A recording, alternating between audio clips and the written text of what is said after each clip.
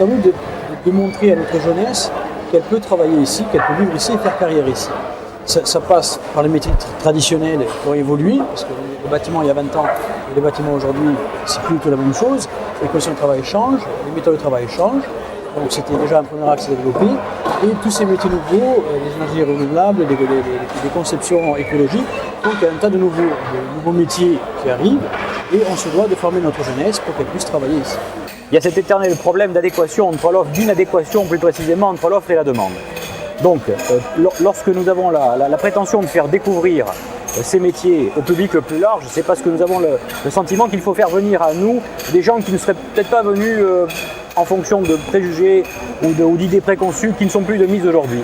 Donc la première des choses, c'est la découverte, faire découvrir au public le plus large possible ce que sont les métiers du BTP, où il y a effectivement une demande très forte en matière d'emploi, c'est exact.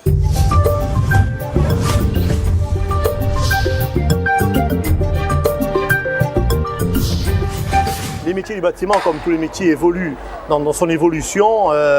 Les matériaux sont moins lourds, il y a des moyens de levage, il y a certaines choses pour la pénibilité des métiers qui disparaissent, où on travaille là-dessus, qui disparaissent de plus en plus et qui peuvent attirer notamment les femmes. Aujourd'hui, c'est pour ça que nous avons une grande publicité, je dirais, auprès des femmes.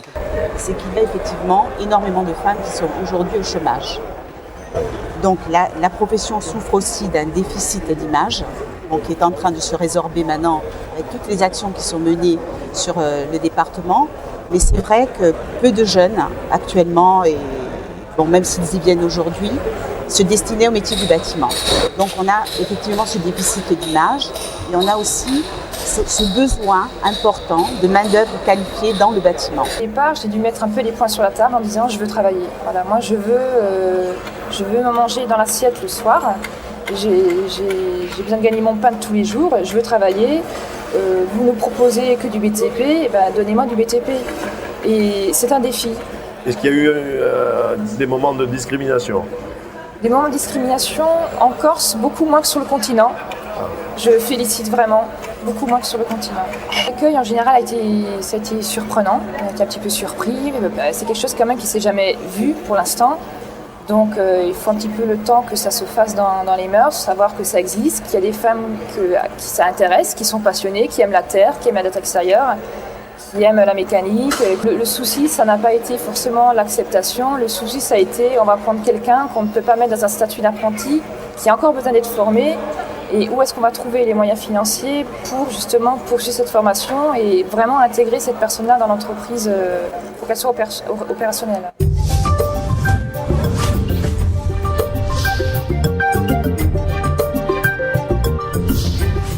Le dispositif d'alternance correspond en tout point à nos besoins.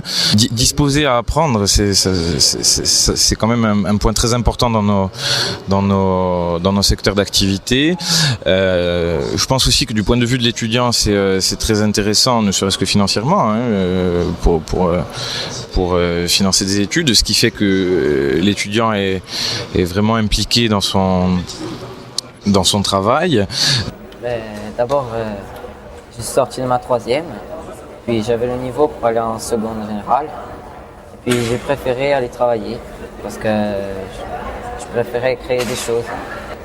Donc alors ta formation, comment se passe-t-elle? Je passe 3 semaines sur le chantier. Donc c'est une formation en alternance, comme on l'a dit. En alternance et 1 semaine à l'école. Dans l'école, je fais la pratique, comme j'ai dit, on fait le dépannage du moteur de la clim, qu'on ne fait pas en entreprise. Donc, et là, dans le cadre de ta formation, où tu en es maintenant? J'ai passé SAP plomberie que j'ai eu.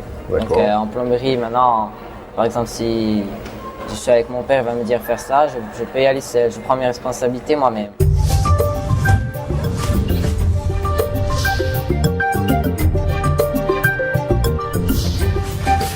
C'est une entrée en douceur dans l'entreprise et surtout pour des entreprises aussi qui veulent déléguer, donner des responsabilités, qui ont des besoins en compétences et en capacités.